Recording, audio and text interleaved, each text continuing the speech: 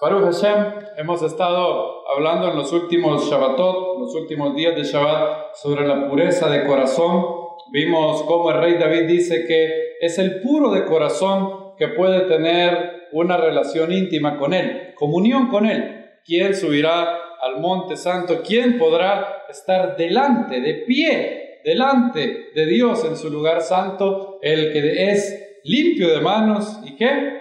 Puro de corazón. También vimos varios versos que hablan sobre la pureza de corazón. Vimos de hecho qué es pureza de corazón según la Biblia.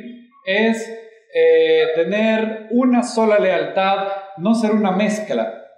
Vimos el famoso verso de Jacobo 4.8, Santiago 4.8, donde dice: purificad vuestros corazones los de doble mente. Un corazón impuro es aquel que por un lado quiere obedecer a Dios, pero tiene una mezcla en él. Así como la miel que no es pura, es la miel que le han añadido algo, que le han añadido azúcar. Vimos que el corazón impuro es aquel que tiene una lealtad hacia Dios, pero también hacia la maldad, hacia Dios y el mundo. Jacobo dice que de una fuente de agua no debe de salir agua dulce y agua ¿qué? Tan amarga. Dice Jacobo capítulo 3, Santiago capítulo 3, 11. ¿Acaso alguna fuente hecha por una misma abertura, agua dulce y amarga? Dice Jacobo. Obviamente la respuesta es no, ¿verdad? Y luego después él construye más sobre esto. Él habla de la pureza cuando dice que la sabiduría que es celestial es primeramente ¿qué? Pura, luego pacífica, amable, benigna, llena de misericordia y de buenos frutos. La pureza te hace dar buenos frutos.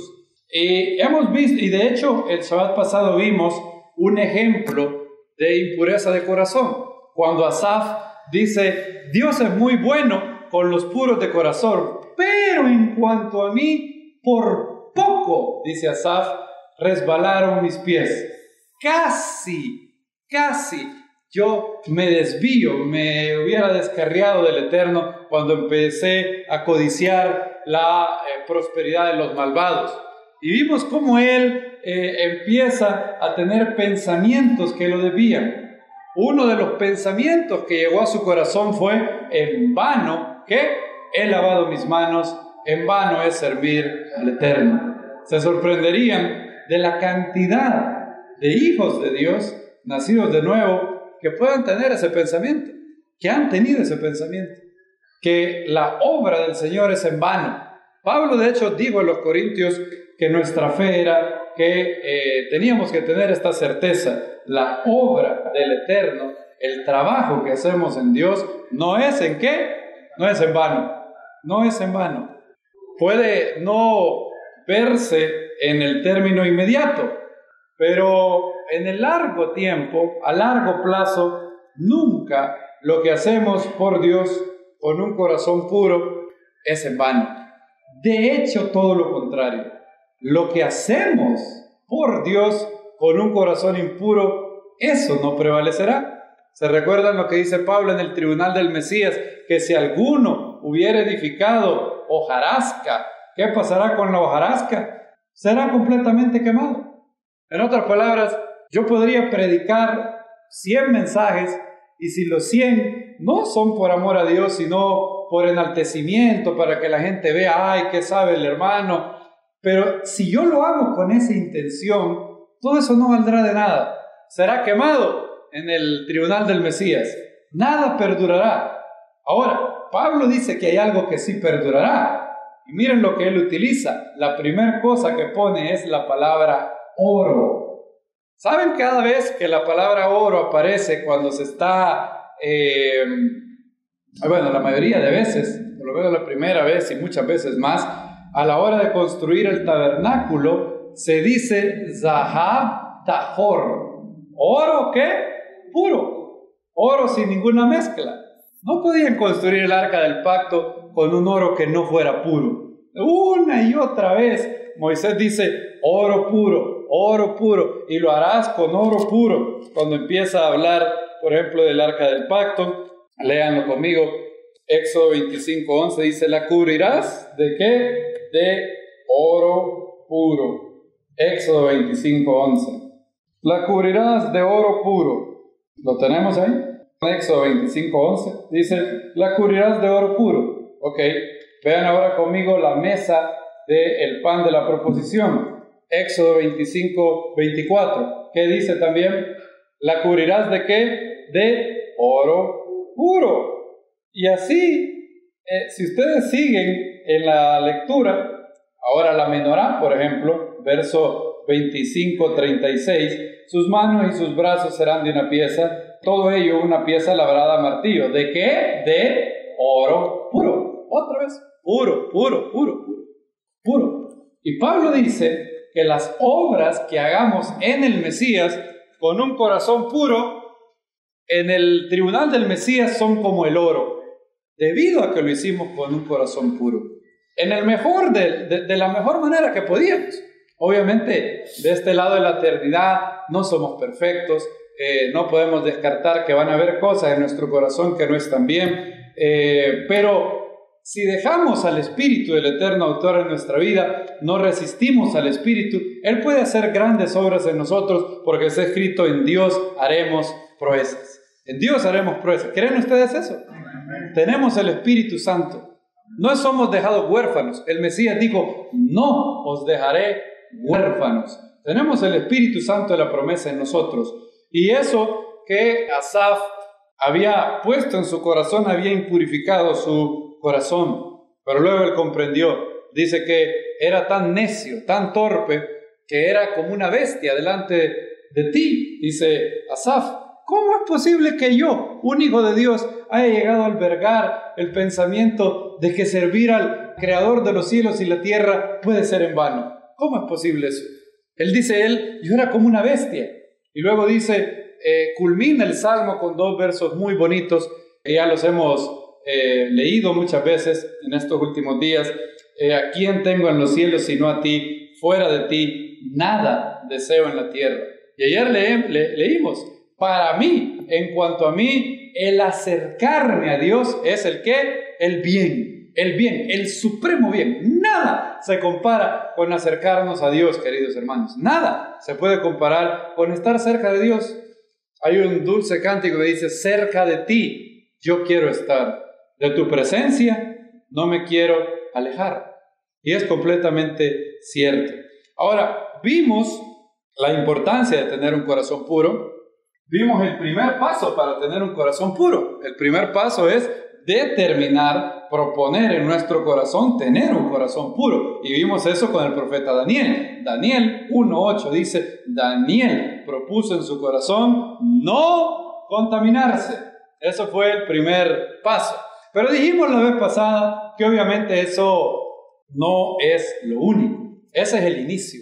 El inicio es determinar, Señor, quiero ser puro de corazón.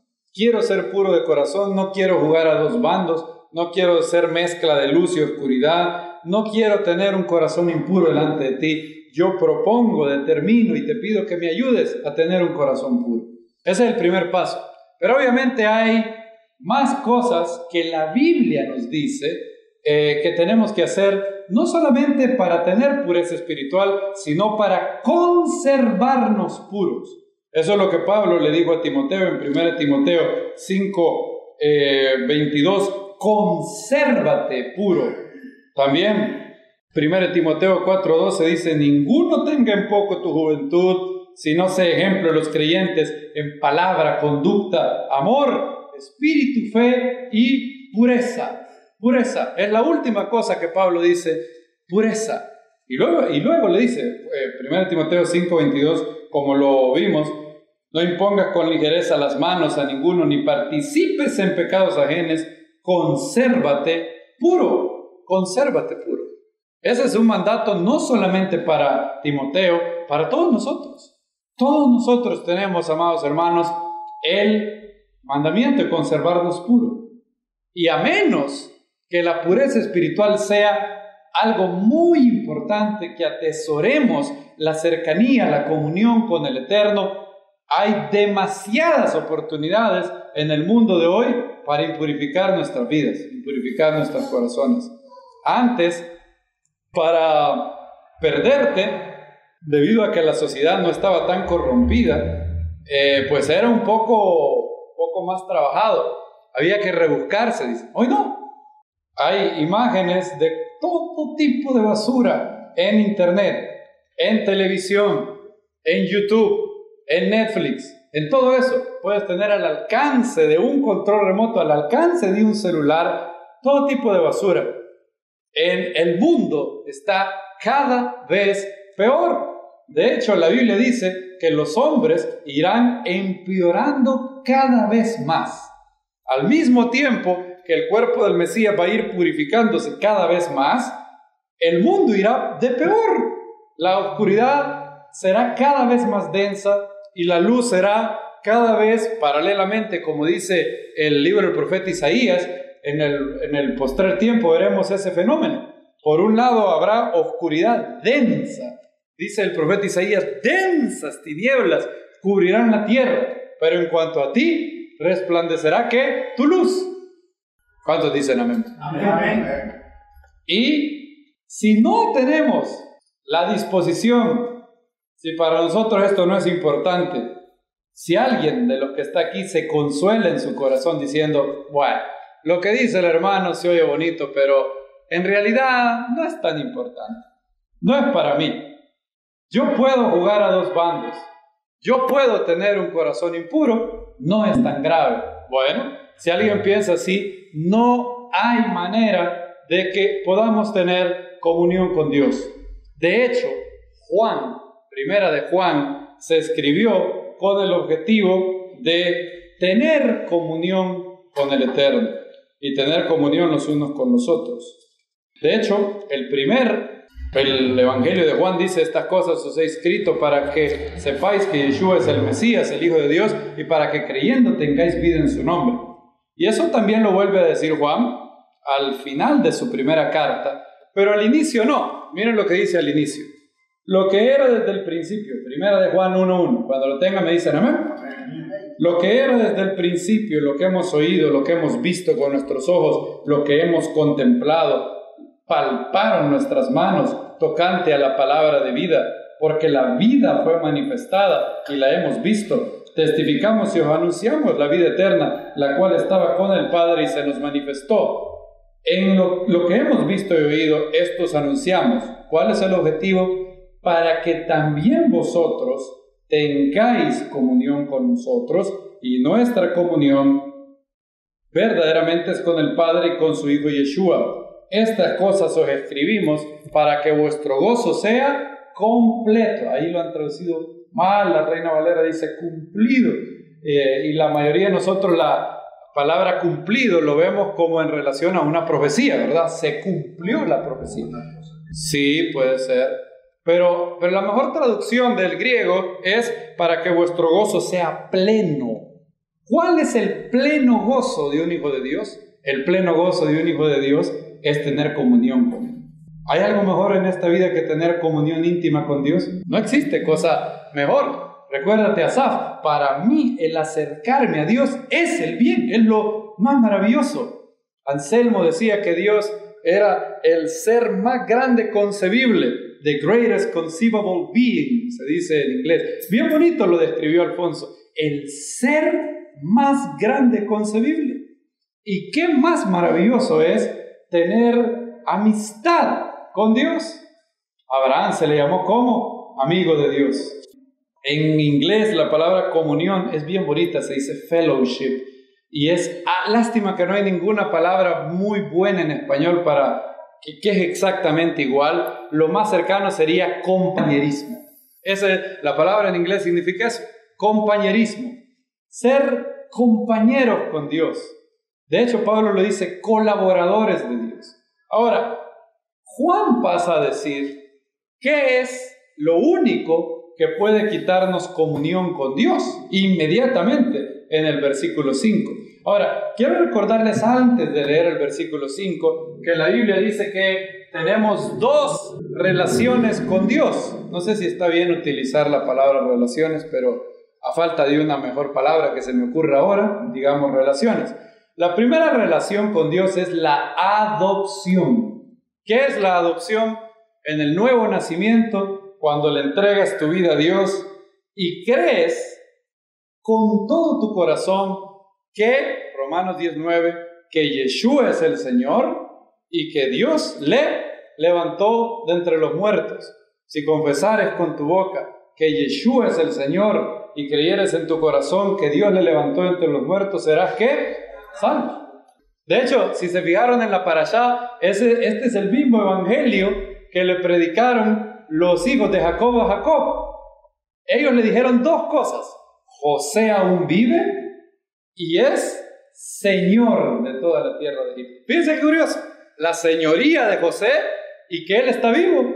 Eso fue lo que le dijeron. Es un presagio de la buena nueva de salvación. Esa es la buena nueva. La buena nueva de salvación es Yeshua aún vive y es Señor de toda la tierra.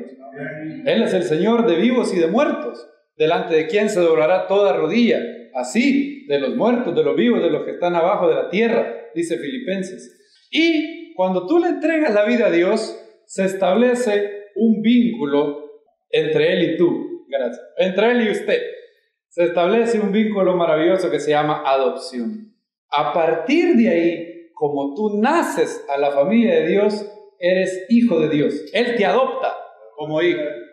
No habéis recibido el espíritu de esclavitud. O sea, no eres más siervo de Dios. Bueno, sí lo eres, pero eres más que un siervo.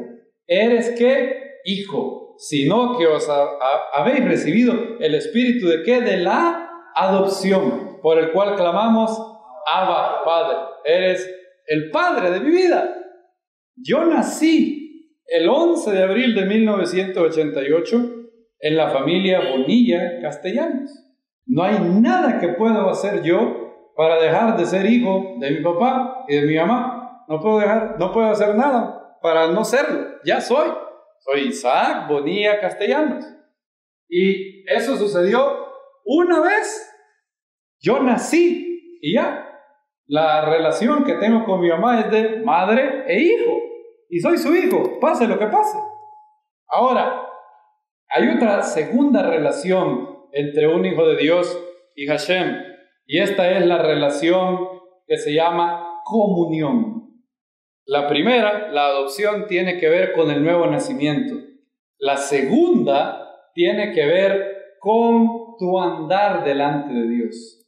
Y tu andar incluye todo: pensamientos, obras, testimonio, todo eso.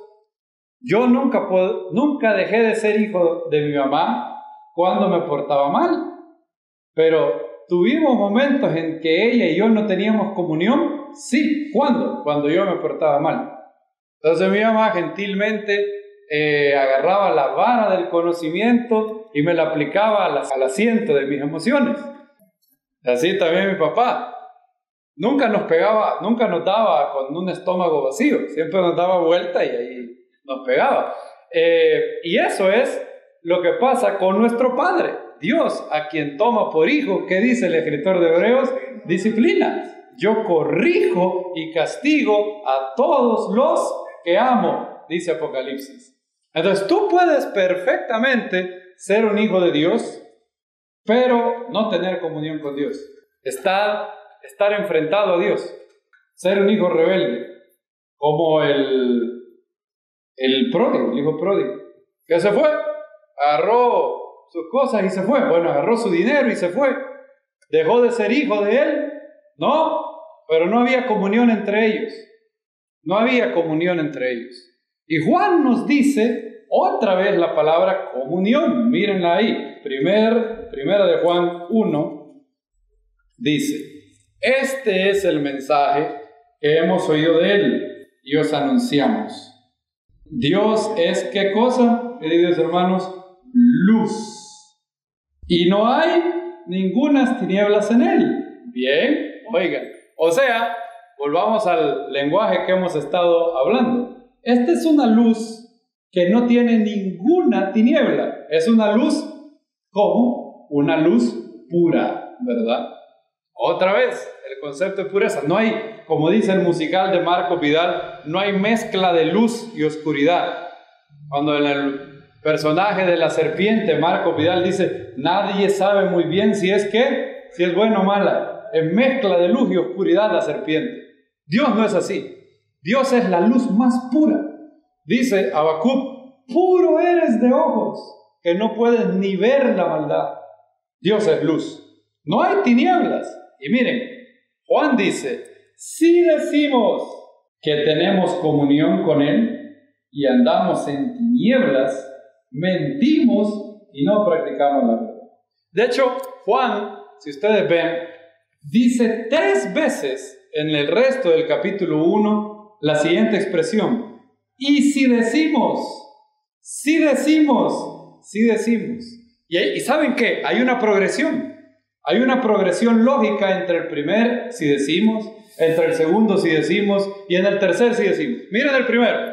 Si decimos que tenemos comunión con Él, andamos en tiniebla, mentimos y no practicamos la verdad. Y si decimos es mentir a los demás, fingir con los demás que todo está bien, que tenemos una buena relación con Dios. Y probablemente muchos de los que estamos aquí, hoy estamos en si decimos. Véanos a todos nosotros. Yo los puedo ver aquí a todos. Todos ustedes están bien bonitos, con su camisa planchadita, con su falda, las hermanas, con su pantalón, los hermanos, lustrados los zapatos. Bueno, yo no lo lustré, pero la mayoría sí, Baruch Hashem. Y todos se ven muy bonitos, muy santos. Ahora, ¿quieren ustedes que todos tienen un corazón íntegro, un corazón puro en esta mañana delante de Dios? No, probablemente no. Probablemente muchos de los que estamos aquí hemos venido y ponemos la careta de tener una buena comunión con Dios.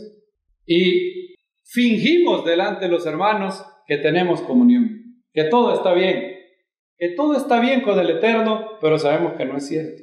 Tú en tu corazón eres el único que puede saber. Probablemente alguien que tenga discernimiento espiritual también, pero tú, más que nadie, sabes que estás fingiendo, que estás solamente viviendo un papel, que probablemente estás cayendo en hipocresía. Y dice Juan, si decimos que tenemos comunión con Él y andamos en tinieblas, ¿qué pasa? ¿Qué hacemos? Mentimos. La verdad no está en nosotros. Fíjense qué curioso. Una persona puede haber venido hoy a esta comunidad y mostrarse muy santo. En la fiesta de Hanukkah pasada tuvimos muchas personas. Baruch Hashem. Bendito sea el Eterno por eso, ¿sí o no? Amén. Bendito sea el Eterno. Ahora, ¿creen ustedes que todos los que estábamos aquí en la primera noche o en la última noche cuando tuvimos muchas personas, ¿creen ustedes que todos estaban bien delante de Dios? Que todos tienen comunión íntima con Dios. ¿Cuántos de los que estaban ahí, de los que estuvieron con nosotros, no tenían una buena relación con Dios? No estoy hablando de los invitados que no son nacidos de nuevo, estoy hablando de hijos de Dios que estaban aquí. ¿Cuántos de verdad tienen comunión con Dios? Noten que la pregunta no es ¿cuántos son hijos de Dios? Eso es la adopción, ¿verdad? Juan está hablando aquí no de adopción, está hablando de ¿qué? Comunión. Comunión. Si decimos que tenemos comunión con Él y andamos en tinieblas, la verdad no está en nosotros. Una persona puede venir a haber hablado terriblemente a su esposo, las hermanas, o a su esposa, los hermanos. Pudo haber hecho trampa en su negocio, pudo haber sido orgulloso en la semana, pudo haber sido soberbio, pudo haber tenido pensamientos impuros de todo tipo, no solamente de impureza sexual, de todo tipo. Recuerden que la impureza no es solamente en el ámbito sexual, pensamientos de herejía. Pudo haber en toda la semana falta de agradecimiento en el corazón de muchos de nosotros. Muchos de nosotros probablemente no leímos la Biblia en toda la semana. Muchos quizás no oraron, pero aquí estamos, fingiendo tener comunión con Dios, andando en tinieblas. Y vienes a la congregación, finges te vas de la congregación y así andas. Una vida doble, una vida no de llenura espiritual. Y con el paso del tiempo, si empiezas a mentir, si empiezas a fingir con los demás, pasamos al segundo si decimos. Miren el segundo si decimos. El segundo si decimos, ya no engañas a los demás, ya no finges con los demás. Ahora, mira lo que pasa. El segundo si decimos. Si decimos que no tenemos pecado, nos engañamos a nosotros mismos. El hombre que empieza a mentir, tarde o temprano llega al punto donde cree su propia mentira, donde se engaña a sí mismo. Primero fingió con los demás, ahora se engaña a sí mismo. Nos engañamos a nosotros mismos. Después de un tiempo de jugar, andar en tinieblas, a no tener comunión con Dios, finges por un momento. Al inicio sabes que está mal. Al inicio empieza el Espíritu Santo a darte convicción de pecado. Si lo resistes por mucho tiempo, llegará un tiempo donde pensarás, bueno, sigo yendo a la congregación, los hermanos no se han dado cuenta, en realidad estoy siendo bendecido por Dios, Dios no ha cerrado su mano. Bueno, en realidad quizás no he hecho nada malo, en realidad era un pecadito chiquito, en realidad soy un gran creyente, en realidad soy una persona muy buena. Quizás yo pensaba que había pecado delante de Dios, pero no ha pasado nada, no me ha caído el castigo del cielo. Quizás Dios está contento conmigo, puedo seguir en la obstinación de mi corazón, no pasa nada. Y ahora ya no finges con los demás, ahora te engañas a ti mismo. Y si sigues así por mucho tiempo, vendrá un momento donde la mentira llegarás a creerla. La Biblia habla del engaño de las riquezas y del engaño del ¿qué? Del pecado. El pecado te engaña, te hace creer que todo está bien, te hace creer que los demás lo hacen está bien, como si la moralidad se determinara por mayoría de votos. Si los nazis hubieran ganado la Segunda Guerra Mundial y hubieran logrado lavarle el cerebro a toda la raza humana, el antisemitismo seguiría siendo malo. Lo que ellos hicieron seguiría siendo malo. La verdad, la moral, lo correcto no se determina por si lo hacen todos. En un país, imagínense en una sociedad donde todo el mundo fuera caníbal. ¿Significaría eso que ser caníbal ha pasado a ser bueno? No, obviamente no. Lo único que define de manera objetiva lo que es correcto es la bendita palabra del Eterno, la bendita palabra de Dios. Pero empiezas a engañarte a ti mismo. Y si pasas mucho tiempo ahí, pasas al tercer, y si decimos, el cual es más grave aún. Ahora tú dices, ¿hay algo más grave que engañarnos a nosotros mismos? Sí, Juan lo detecta. Miren lo que es más grave, verso 10. Si decimos, otra vez, y si decimos que no hemos pecado, le hacemos a él mentiroso, y su palabra no está en nosotros. ¿Cómo haces a Dios mentiroso? Bueno, con un poco de esfuerzo. Empezaste a fingir con los demás, eso te llevó paulatinamente a creer tu propia mentira. Ahora, ¿qué va a pasar el día cuando, si sigues engañándote a ti mismo, la palabra de Dios abre directamente a tu corazón? La palabra de Dios por medio del Espíritu, el Espíritu te da convicción de pecado. El siguiente paso, hay una de dos opciones. O tú te das cuenta de que te estabas engañando a ti mismo, que estabas autosugestionándote, autojustificándote y te rindes delante de Dios. Esa es la primera opción y yo espero que todos tomemos esa opción siempre. O la segunda opción es dar el tercer paso. El tercer paso es, no, si yo no he hecho nada. En realidad lo que la Biblia dice no es tan cierto. Llamar a Dios mentiroso es una manera. ¿Cómo? ¿Ustedes creen que un creyente puede llamar a Dios mentiroso? Explícitamente quizás no, ¿verdad? Si ustedes le preguntan, hermanos, ¿cuántos creen que Dios es mentiroso? Nadie va a decir amén, le va a dar pena. Ahora, cuando desconfías de las promesas de Dios, ¿qué estás haciendo? Cuando no tenemos fe en Dios, ¿qué estamos diciendo?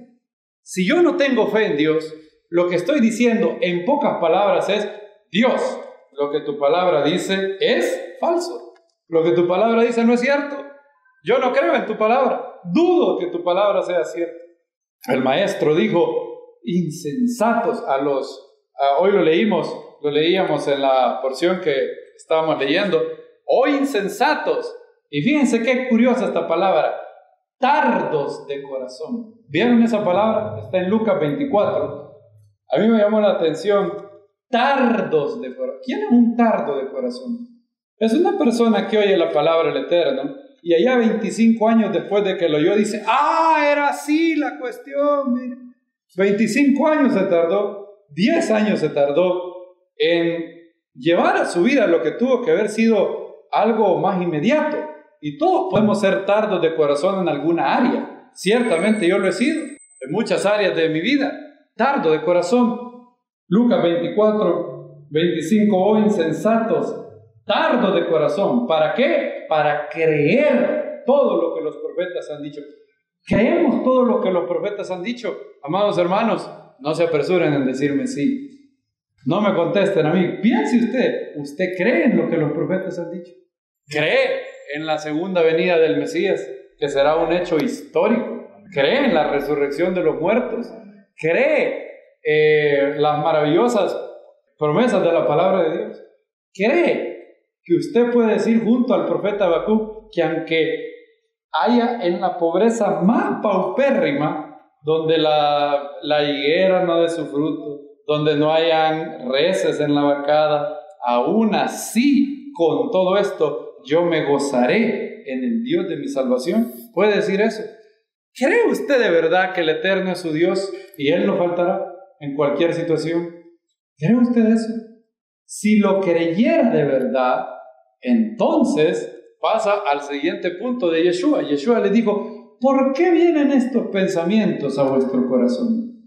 Otra vez el corazón, nuestro amigo el corazón. Lucas 24 dice que los discípulos estaban turbados y el maestro les dijo, ¿por qué estáis turbados? Y vienen a vuestro corazón estos pensamientos. ¿Cuándo es que estamos turbados? Cuando nos abandona la fe y entra la antítesis de la fe, el miedo, la incredulidad. ¿Por qué vienen a vuestro corazón estos pensamientos? Otra vez, mezcla de fe e incredulidad. Si hay un corazón impuro en nosotros, tendremos mezcla de fe e incredulidad.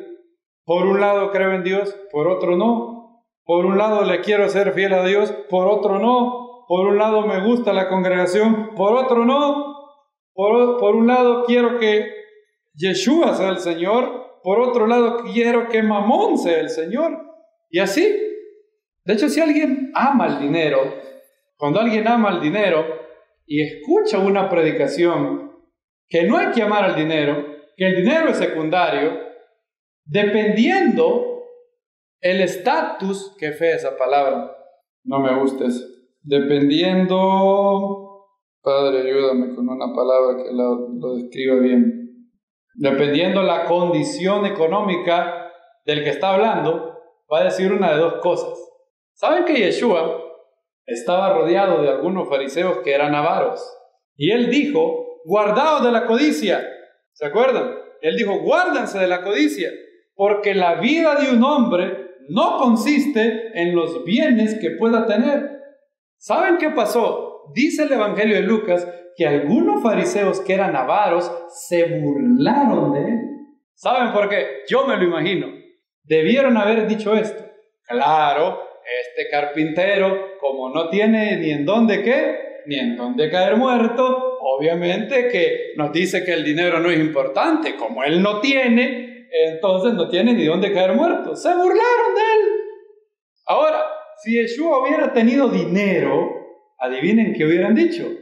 Claro, obvio que él dice que el dinero no es importante. Como él tiene dinero, no le preocupa. Entonces, cuando alguien ama el dinero, más si tú has tenido esos pensamientos en tu corazón, es muy probable que tengas una pequeña raíz de amor al dinero. Tienes que escudriñar tu corazón. Se burlaron de él por decir que el dinero no era lo más importante. Cuando dijo guardaos de la codicia, había codicia en el corazón y eran personas religiosas, no eran publicanos, eran los fariseos. No todos, pero los que estaban ahí se burlaron de él. Y miren las tres progresiones. Empezamos a fingir con los demás, luego nos engañamos a nosotros mismos y luego le llamamos mentiroso. ¿A quién? A Dios. Tenemos la audacia, la osadía de llamar mentiroso a Dios. No literalmente, pero implícitamente. Como dijo Pablo, hombres que con sus obras niegan al Señor. No lo niegan literalmente, pero lo niegan con sus obras. Ahí demuestran lo que hay en su corazón. El hombre bueno, del buen tesoro de su corazón, ¿saca qué? Cosas buenas. Tarde o temprano, amado hermano, alguien se dará cuenta de lo que hay en tu corazón. En algún punto de la vida, una acción, una palabra, una actitud, tu espíritu dejará ver lo que hay en tu corazón. ¿Cuál es el tesoro que hay ahí? Si es buen tesoro o mal tesoro. Y Juan nos dice que no podemos tener comunión con Dios si andamos en tinieblas. Dios no es impuro. Dios es luz y no hay tinieblas en él. Si tú tienes mezcla de luz y tinieblas, no puedes tener comunión con Dios. Ahora, yo sé lo que muchos estarán pensando. Eso significa, querido hermano, que me está diciendo que hay que vivir sin pecado para tener comunión con Dios. No. De hecho, Juan se anticipa a eso y nos dice la clave para tener comunión con Dios. Esta es la clave de la pureza espiritual. Primer paso, lo dijimos hace 2 Shabbat, determinar ser puro. ¿Quieres ser puro? ¿Deseas? ¿Anhelas ser puro? ¿Anhelas tener una comunión con Dios como nunca antes la has tenido? Bueno, entonces el primer paso es determinar, proponer en tu corazón ser puro. ¿Dicen amén a eso? Amén. Segundo paso, no lo quiero dar como, no me gusta la palabra paso, como si fuera una sucesión de pasos. Cuando damos pasos para algo, la gente confía ya no en Dios, sino en el sistema. Confían en el método. Y no es el método lo que es poderoso, es Dios el que es poderoso. No el método. Los apóstoles no tenían método de evangelismo. ¿Han visto eso? Nunca se sentaron a decir, ¿cuál va a ser, hermano Pedro, Juan, nuestro método de evangelismo? No existía el método de evangelismo. No tenían un método.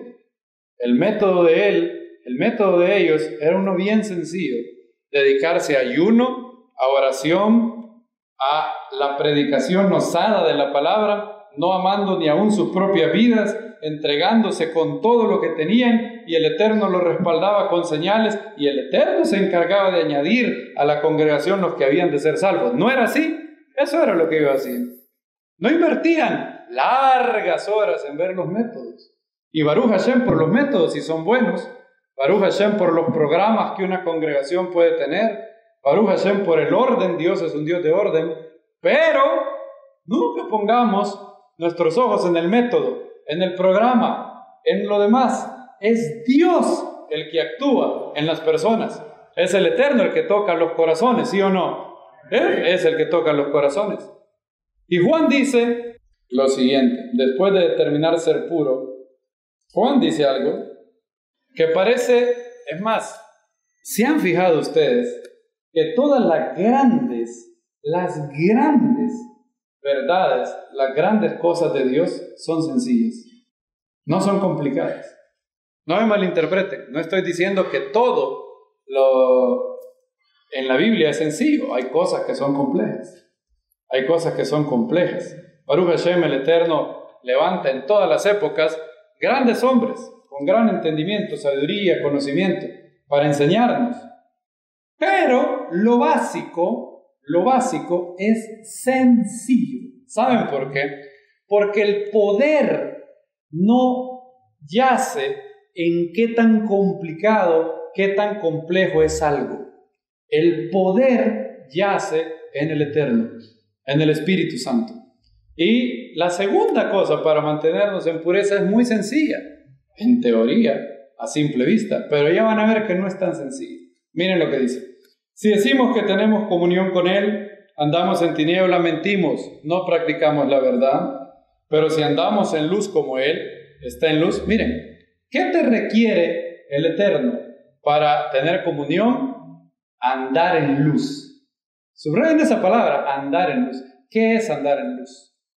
Andar en luz significa no pecar nunca. Bueno, si así fuera, ¿cuántos pudieran tener comunión con Dios? Nadie pudiera tener comunión con Dios. Solo Yeshua. Bueno, y de hecho, en sentido estricto, nadie ha tenido la comunión que tenía Yeshua con Hashem. Eso es absolutamente cierto. Pero aquí Juan no está escribiendo a Yeshua, está escribiendo a creyentes. Y dice, si andamos en luz, como Él está en luz, tenemos comunión. Y miren lo que dice el verso 8. Si decimos que no tenemos pecado, nos engañamos a nosotros mismos y la verdad no está en nosotros. Y aquí Juan introduce una gran provisión del Eterno para nuestras vidas, para siempre andar en pureza. Sí, verso 9. ¿Sí qué? Si confesamos nuestros pecados, Él es fiel y justo para perdonar nuestros pecados y limpiarnos de toda maldad. Si confesamos nuestros pecados. Hay un gran poder en la confesión de pecados, un gran poder. Muchas personas que vienen al primer Yom Kippur, o la primera vez que hay personas que vienen a la festividad de Yom Kippur, reportan lo siguiente. Esto es lo que la mayoría de nosotros, es más, yo lo he pensado, yo lo he dicho muchas veces. Yom Kippur es un día especial, donde hay una presencia especial del Espíritu de Dios, ¿sí o no? ¿Qué tiene Yom Kippur que no tengan los otros días? Aparte de, obviamente, es el día separado de Dios, es un día que Dios ha santificado, listo, entiendo eso perfectamente. Pero en el plano práctico, ¿qué es lo que hacemos todo el día de Yom Kippur? ¿Qué es lo que hacemos? Primero, humillamos, ¿qué? Nuestras almas. Humillar, otra vez la palabra humillación, ¿se acuerdan de esa palabra mágica? Esa palabra especial, humillarse, humillaréis vuestras personas. Y lo que hacemos una y otra vez en Yom HaKippurim es confesar nuestros pecados. Confesar de manera audible, lo hacemos no en la mente, lo hacemos literalmente. Y lo hacemos congregacionalmente. De hecho, el pueblo judío lo hace nacionalmente y el cuerpo del Mesías, que se ha unido al pueblo judío en celebrar las festividades, lo hace de manera colectiva. Y cuando hay humillación y cuando hay confesión de pecados, entonces andamos en luz. Y como andamos en luz, ¿qué tiene Dios con nosotros? Comunión. Su Espíritu Santo está con nosotros de una manera más cercana. Nos sentimos más cerca de Dios. ¿No les ha pasado eso? ¿Quién no se ha sentido más cerca de Dios después de Yom Kippur? Todos nosotros. ¿Qué es lo que hace Yom Kippur de especial? Aparte de que es un día especial de Dios, aparte de que ha sido santificado por Dios y Dios le ha puesto una unción especial a ese día, lo especial del lado nuestro, del lado humano, es que nos humillamos delante de Dios y confesamos nuestros pecados y los confesamos de manera audible y también de otro tipo de maneras. Cuando hemos pecado, el Espíritu Santo trae lo que la Biblia llama convicción de pecado. Es un ministerio del Espíritu Santo, del Espíritu del Eterno, traer convicción de pecado a las vidas. Y es muy importante que separemos, que tengamos el discernimiento de diferenciar entre convicción del Espíritu Santo y acusación demoníaca. No es lo mismo, no es lo mismo.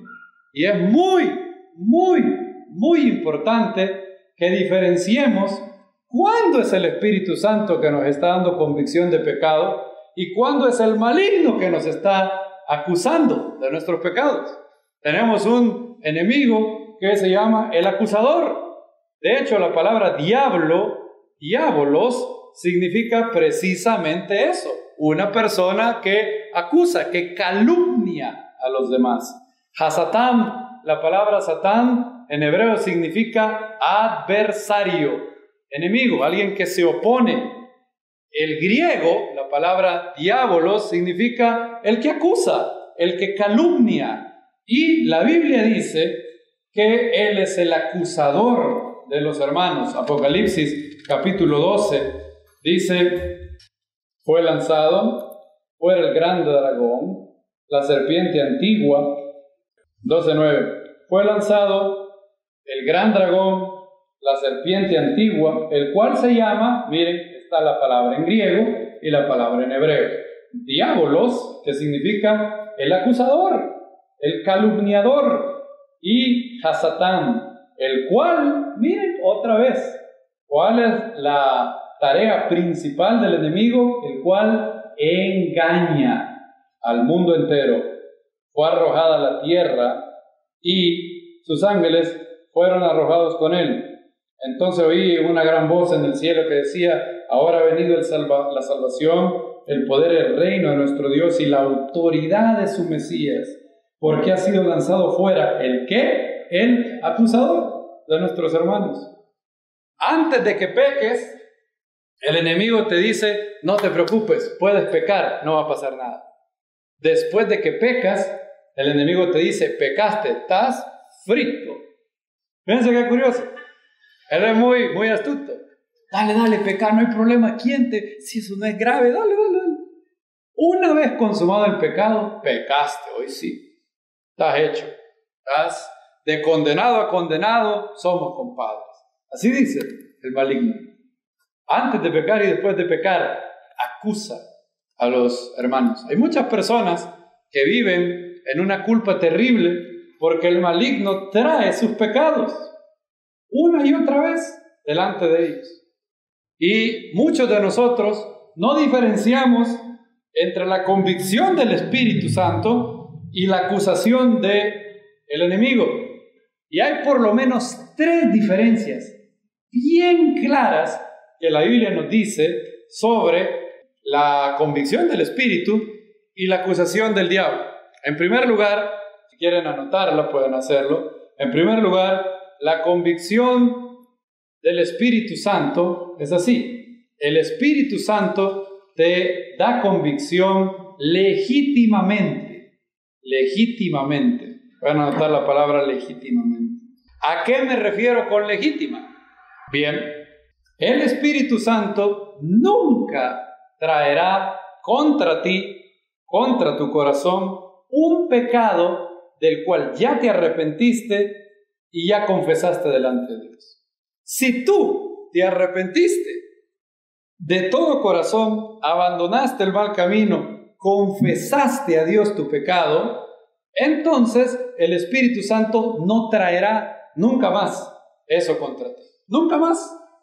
La Biblia dice: solo yo, soy el que borro como una densa nube vuestras rebeliones y de vuestros pecados. ¿Qué dice el Eterno? No me acordaré. Confiesas el pecado. Tú confiesas un pecado, es un pecado que Dios sepulta en la tumba del olvido divino. Nunca más el Espíritu Santo traerá eso. Por el contrario, Hasatán trae solamente pecados que te dan vergüenza, que te dan pena, pero que ya confesaste. Y solo lo hace para atormentarte. Una vez un hombre llegó donde su pastor y le dijo: pastor, tengo una terrible angustia espiritual, hice algo terriblemente malo, hice una obra horrible que me da asco llamarme siquiera hijo de Dios. El pastor le dijo: ¿te has arrepentido de ese pecado? Sí, pastor. Y luego le dijo: ya confesaste ese pecado delante de Dios. Lo he hecho 1000 veces, pastor. Y le dijo: bueno, ahí está el problema. Esos son 999 veces de más. Solo debiste confesarlo una vez y darle gracias por el perdón 999 veces. No tienes que volver a preocuparte por un pecado que ha sido arrepentido y ha sido confesado, porque la sangre del Mesías nos perdona todo pecado y nos limpia de toda maldad. Toda maldad, no de alguna maldad, toda maldad, dice la Biblia.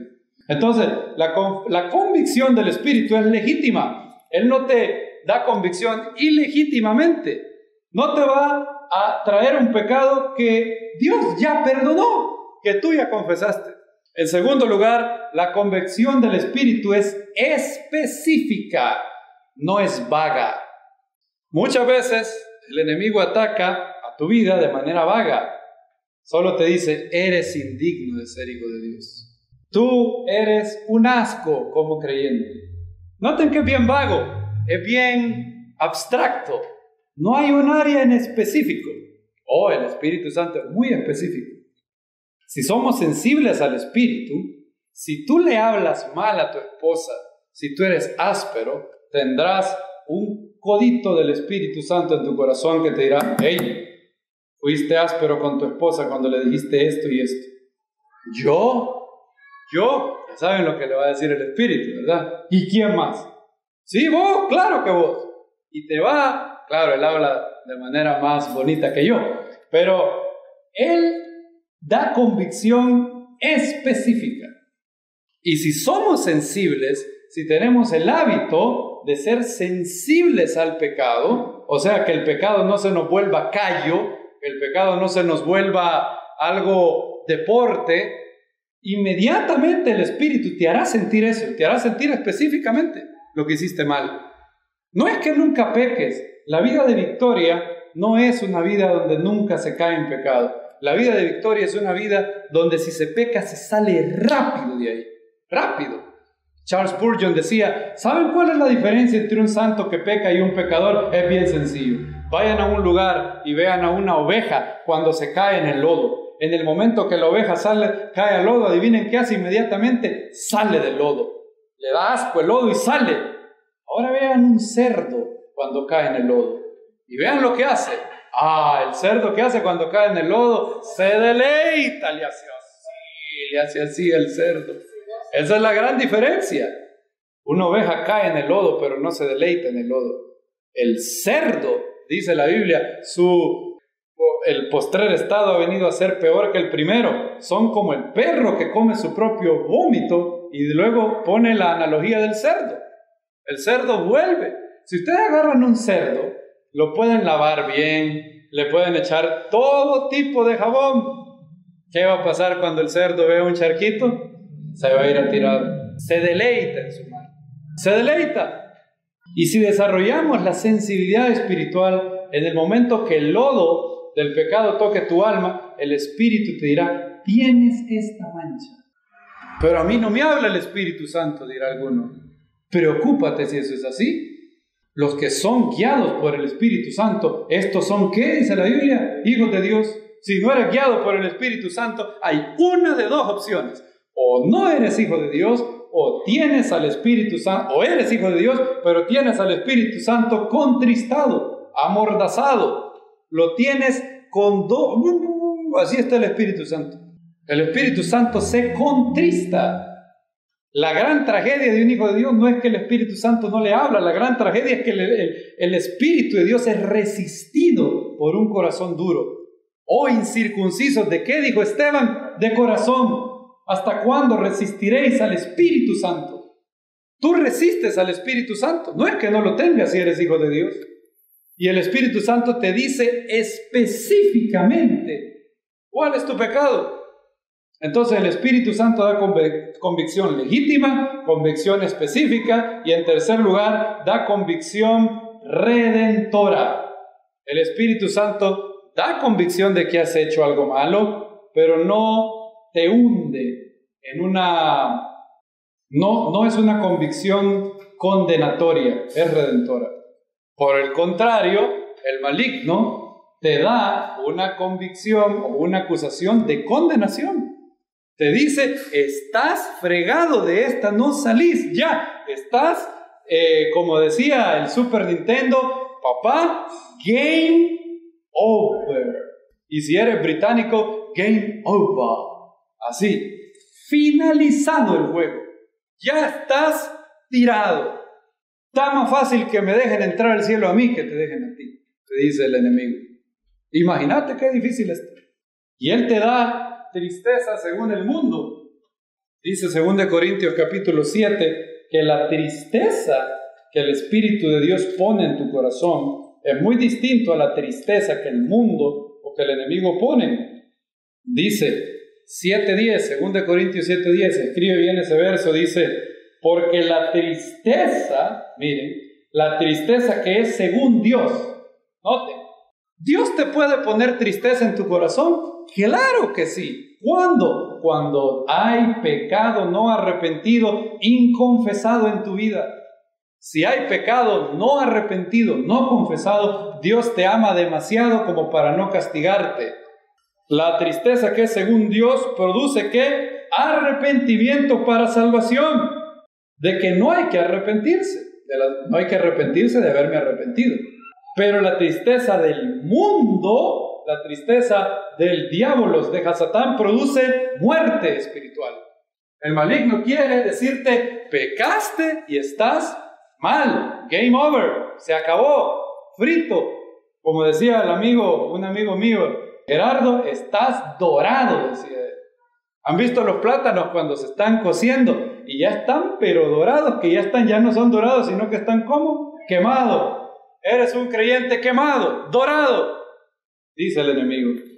El Espíritu Santo no habla así. Puedes discernir si es el enemigo o el Espíritu Santo en esas tres cosas. En primer lugar, el pecado que te trae la voz que estás oyendo en tu corazón, en tu conciencia, ¿es un pecado no arrepentido, no confesado o ya lo confesaste?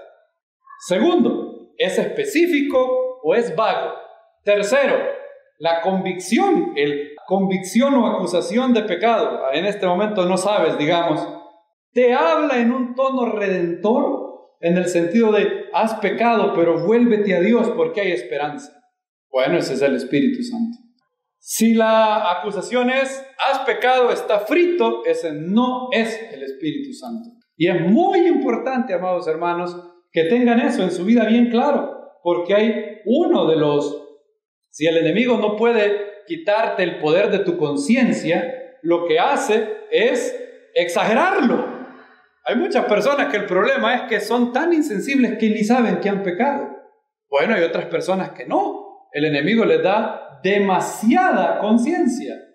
Se entregaron a Dios, confesaron su pecado, pero Él les dice, y quizás Dios no te ha perdonado. Quizás todavía tenés que purgar. Y bueno, puede ser que hayan juicios de Dios que el Eterno no va a quitar. Eso es probable. David se arrepintió y Natán le dijo, no morirás. Pero, como en esto hiciste blasfemar a los inconversos, la espada no se apartará de tu casa. Una de las escenas más tristes, yo personalmente la tengo en el top 3 de escenas tristes de la Biblia. Si no la más triste. ¿Saben cuál es? Es cuando Absalón muere. Si ustedes quieren llorar un día desconsoladamente, si su corazón se está endureciendo, lean 2 libro de Samuel, el capítulo donde Joab va y David le dice, guárdense. A mí me da una compasión. David le dice, guárdense de que no hagan daño al joven Absalón, me dice él, casi llorando. No toquen al joven Absalón, díganme que no le van a tocar la cabeza. Y Joab, mintiendo, le dice, no, tranquilo, no, nada le va a pasar a Absalón, nada le va a pasar. Absalón se traba y Joab lo deja y empiezan a acuchillar, pasarle la espada. Llega un mensajero. La primer pregunta que David hace es, ¿está bien el joven Absalón? Yo me imagino la ternura de David en esa pregunta. ¿Está bien el joven Absalón? Dice él. Y el sapo que le lleva la noticia le dice, así como ese joven terminen todos los enemigos del rey, le dice. Y David empieza a llorar y el capítulo termina diciendo, ¿quién me diera, Absalón, que yo estuviera muerto y que tú estuvieras vivo? Y Dios no quitó el juicio a los hijos de David. 4 hijos se murieron. Una hija violada. Pero hay una gran diferencia entre el juicio de Dios y el perdón de Dios. ¿Había perdonado Hashem a David? Claro que lo había perdonado. Está ahí claramente. De hecho, Natán le dice, Dios ha remitido tu iniquidad. Ahora, no estoy hablando de consecuencias naturales del pecado. Estoy hablando del perdón, de la culpa. El enemigo sigue trayendo culpa a varios creyentes de pecados que ya fueron perdonados. Y tienes que saber que si eso pasa, tienes que someterte a Dios, resistir al diablo y decir claramente, no hay ninguna razón para sentir culpa de esto, porque la sangre del Mesías me ha limpiado de toda maldad. De toda maldad. Si te has arrepentido y confesado tu pecado, no hay razón para temer culpa del enemigo. Bendito sea el nombre del Eterno. Ahora, ¿cómo confesamos nuestros pecados? ¿Cómo es una buena confesión de pecado? Es más, ¿para qué confesamos nuestros pecados? ¿Se han preguntado? ¿Sabe Dios qué hemos hecho? ¿Confesamos nuestros pecados para informarle a Él? No, Él ya sabe. ¿Saben cuál es la palabra? Esa palabra, véanla conmigo, 1 Juan 1:9. Dice, si confesamos nuestros pecados. Hay gente que piensa que confesión es admisión, no es lo mismo. Admisión es decir, sí, lo hice, bueno, ya, sí, yo fui, vaya. Esa es admisión. La Biblia no dice que admitas tu pecado, dice que lo confieses. 1 Juan 1:9 dice, si confesamos nuestros pecados, Él es fiel y justo para perdonarnos. La palabra confesaos, ¿saben cuál es la palabra en griego? La palabra en griego es homologeo. Homologeo. Viene de dos raíces. La palabra homo significa a sí mismo, ¿verdad? Y logeo es la palabra logos, que puede significar palabra o puede significar decir. Miren qué curioso. La palabra confesaos es decir lo mismo. Eso es. Juan dice, si decimos lo mismo, así se traduciría si fuera literalmente. Si confesamos nuestros pecados, ahí la palabra confesar es si decimos lo mismo. Ahora, ¿lo mismo de quién? ¿Lo mismo que quién? Lo mismo que Dios. Eso es confesar tu pecado.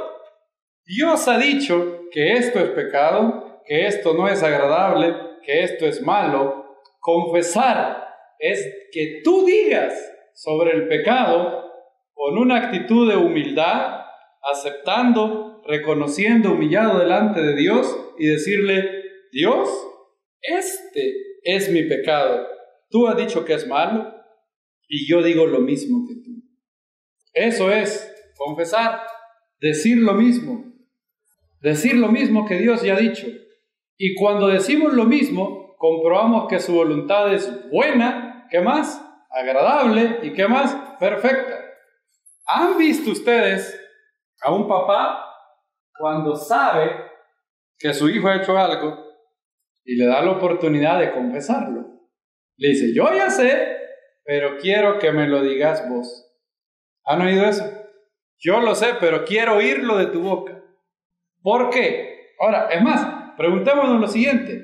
¿Por qué al niño le cuesta aceptarlo? Les voy a decir por qué. Es otra vez nuestro viejo amigo, o bueno, mejor dicho, nuestro viejo enemigo, el rey ego. Por eso es doloroso confesar los pecados delante de Dios. Es más, requiere un poco de que nos hagamos medio tardos de entendimiento, porque Dios ya lo sabe. Ok, pregúntense esto. Si Dios ya lo sabe, ¿por qué nos cuesta confesar los pecados? Es por el ego. Y hasta que no haya humillación y humildad y decir, Dios, yo hice esto, fui orgulloso con mis hermanos, fui orgulloso con mi esposo, fui orgullosa con mi esposo, o fui orgulloso con mi esposa cuando le dije esto y esto. Te pido que me perdones. Hay un gran poder en la confesión. ¿Sabes por qué? Porque para confesar de manera específica el pecado se requiere algo que es la puerta de todas las virtudes. Se requiere humildad. humillación. Te humillas delante de Dios y confiesas. Y la confesión tiene un gran poder. En primer lugar, traes delante de Dios algo, lo presentas delante de Dios y dices: este es mi pecado, Padre, perdóname. Te pido en el nombre de Yeshua que me perdones de este pecado. Carl Gustav Jung dijo algo muy cierto. Dijo esto, miren: hasta que lo inconsciente no se haga consciente, seguirá dirigiendo tu vida. Y hay muchas cosas que Carl Gustav Jung dijo que no son ciertas y está un poco loco, pero en esto tiene toda la razón. ¿Saben cuál es? ¿Dónde radica también el poder de la confesión? El poder de la confesión es que como tú confiesas un pecado específico, no dices: Padre, perdóname por ser malo. No. ¿Malo por qué? ¿Malo de qué? Dime, te doy la oportunidad que lo digas. ¿Sabes por qué es muy importante? Jung le dio en el clavo. La mayoría de cosas que gobiernan nuestras acciones son inconscientes. Cuando tú la confiesas y dices: Padre, yo tuve envidia de mi hermano, perdóname porque cuando vi tal cosa tuve envidia de él. Padre, vi al hijo del diablo aquel que tiene 2 carros y yo solo tengo para el Dodge. Entonces te pido perdón porque yo codicié la prosperidad del inicuo y menosprecié la bendición de ser tu hijo. Entonces, al tú confesarlo, al tú humillarte delante de Dios y ser específico, el Espíritu Santo hará algo importante. No solamente perdona tu pecado, sino que te limpia de toda maldad. En otras palabras, cuando venga otra vez la tentación, como tú ya hiciste específico, tú ya hiciste explícito cuál es tu pecado, tu mente, el Espíritu Santo te dirá: hey, ¿te acordás? Aquel día confesaste esto. Y tendrás más conciencia de pecado para evitar repetirlo. Por eso es importante la confesión, no porque Dios no sepa. Ahora, toda confesión tiene 3 características y es buena. En primer lugar, la Biblia dice que tenemos que confesar nuestro pecado inmediatamente. Verso 9, véanlo conmigo.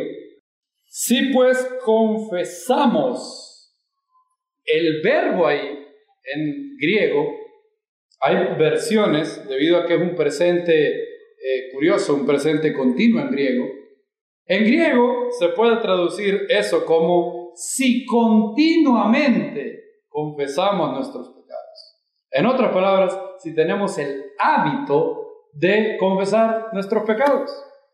No tienes que esperar a Yom Kippur para confesar tus pecados.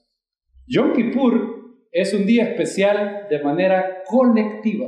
Es una manera de buscar el rostro de Dios como congregación, como nación, en el caso del pueblo judío. Pero algo muy bonito, algo similar puede pasar en tu vida personal todos los días. No tienes que esperar a Yom Kippur. Supongan que van caminando por la calle y les cae una basura en el ojo. ¿En cuánto tiempo quieren ustedes librarse de la basura? ¿Al final de la semana? ¿Al final del mes? ¿Al final del año? No. ¿Para cuándo quieren librarse de la basura? ¡Ya! No al final de la semana. Si el Espíritu Santo te da convicción de pecado, confiésalo inmediatamente. Yo estaba escribiendo, terminando el segundo libro que estoy escribiendo, y estaba en la sección de Yom Kippur, y estaba escribiendo precisamente algo similar a lo que estoy diciendo ahora, porque estaba hablando de la confesión en Yom Kippur y por qué confesar. Y escribiendo el libro, el Espíritu Santo me dio convicción en mi corazón de algo que había hecho ese día. ¿Saben qué hice? Dejé de escribir y me puse a orar. Y eso es lo que tenemos que hacer todos. El Espíritu Santo, si eres sensible, te dirá al final del día qué hiciste mal. Segunda cosa, la confesión tiene que ser específica, no solamente continua, sino específica. Miren el verso 9 otra vez, dice: si confesamos pues nuestros pecados, no dice nuestro pecado, no está hablando de la mala inclinación, está hablando de actos específicos, nuestros pecados. Eso, nombrarle, póngale nombre. No es confesar nuestro pecado, sino nuestros pecados. David dice, no es mis rebeliones confesaré al Eterno. Es específico. ¿Qué tan específico? Específico, bien sencillo. Si usted al final de un día fue soberbio con su cónyuge, se llenó de ira en una situación donde no tuvo que haber tenido ira, si usted tuvo pensamientos impuros en ese día, si usted intentó manipular gente para su beneficio, si usted buscó venganza contra una persona, si usted maldijo a una persona en su corazón, pensó mal de ella, eso se dice, se confiesa delante de Dios. Eso es andar en luz. Eso es andar en luz. Y tercer lugar, la confesión delante de Dios es confiada. Vean lo que dice. Primera de Juan 1:9. Si confesamos nuestros pecados, Él, Dios, es como fiel y justo para perdonarnos. Y no solamente para perdonarnos, sino limpiarnos de toda maldad.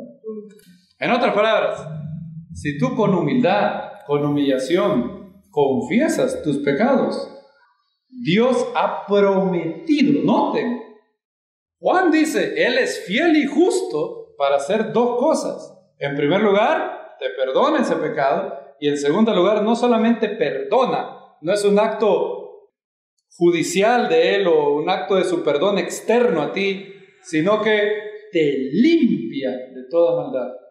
Tú eres purificado, puedes quedar tan puro como, es más, no solamente tan puro, sino más puro incluso que cuando naciste de nuevo, cuando el Espíritu Santo purificó por la fe tu corazón.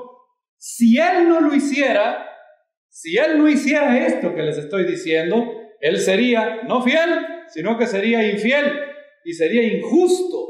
Él ha prometido que Él es fiel en primer lugar, lleno de gracias a nuestras vidas, y es justo para perdonarnos y limpiarnos de toda maldad. Baruch Hashem. Entonces, la segunda, no tenemos más tiempo, segundo paso, si puedo utilizar la palabra, aunque no me gusta mucho, el segundo aspecto de la purificación, después de haber propuesto ser puros, tenemos que confesar nuestros pecados.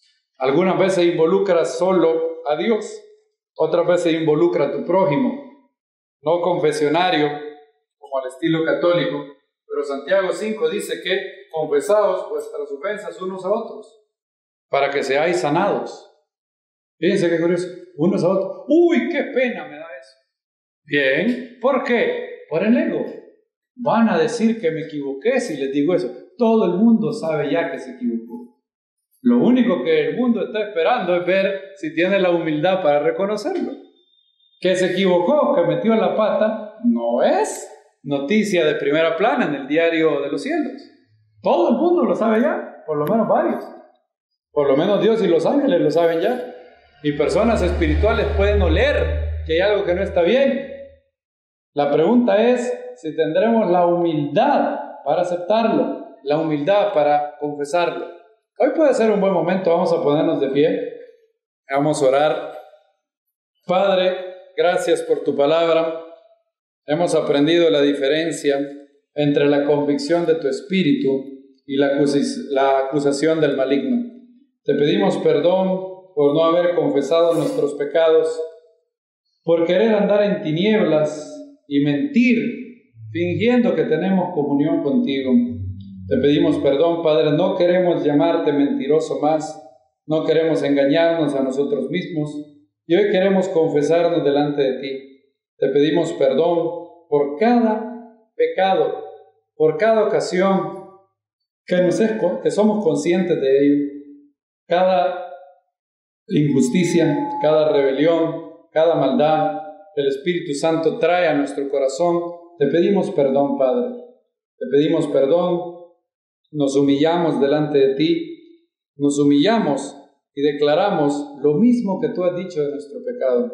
Confesamos, como dijo el rey David, a fin de declarar que el Eterno es justo, mi roca en quien no hay impiedad. Él es Dios justo y recto, de sus hijos es la mancha, dijo Moisés. Oh pueblo loco e ignorante, ¿te olvidas del Dios que te creó? Te pedimos perdón, Padre, por nuestros pecados. Te pedimos perdón por las ocasiones en que hemos dejado que la ira, que la amargura, que el resentimiento, que el rencor se apodere de nuestras almas. Te pedimos perdón cuando hemos impurificado nuestro corazón con pensamientos de incredulidad, de herejía, pensamientos de impureza sexual. Te pedimos perdón cuando hemos buscado nuestros propios extravíos. Te pedimos perdón, Padre, por todas las cosas que hemos hecho mal delante de ti. Y en este momento mis hermanos lo hacen de manera específica delante de ti, cosas que yo no sé y que únicamente tú debes saber. Te pido que perdones a mis hermanos. Te pido, Padre, que podamos andar en luz. Ha sido mucho el tiempo de andar en tinieblas. No queremos andar en tinieblas. Queremos tener comunión contigo y comunión los unos con los otros. Te pedimos perdón. Te pedimos perdón y te pedimos que perdones nuestros pecados y nos limpies de toda maldad. Gracias, Señor, porque tú eres fiel y justo para perdonarnos y limpiarnos de toda maldad. Gracias por la limpieza espiritual que está ocurriendo en cada uno de mis hermanos. Gracias porque tu Espíritu Santo está trabajando en el corazón de cada uno de ellos. Gracias, no queremos resistir al Espíritu Santo, la promesa en la cual hemos sido sellados. No queremos contristar al Espíritu, sino queremos ser llenos del Espíritu, abundando en himnos, salmos, cánticos espirituales y agradeciéndote a ti en el nombre de Yeshua, nuestro Mesías, por todas las cosas. Te pedimos, Padre, que en este momento haya limpieza espiritual para nosotros, que podamos conservarnos puros por la comunión íntima tuya es con los que te temen. Gracias, Señor, por estar con nosotros. Gracias por tu palabra. Gracias por hablar a nuestras vidas en esta hora. En el nombre de Yeshua, nuestro Mesías. Amén. Ve amén. Baruch Hashem.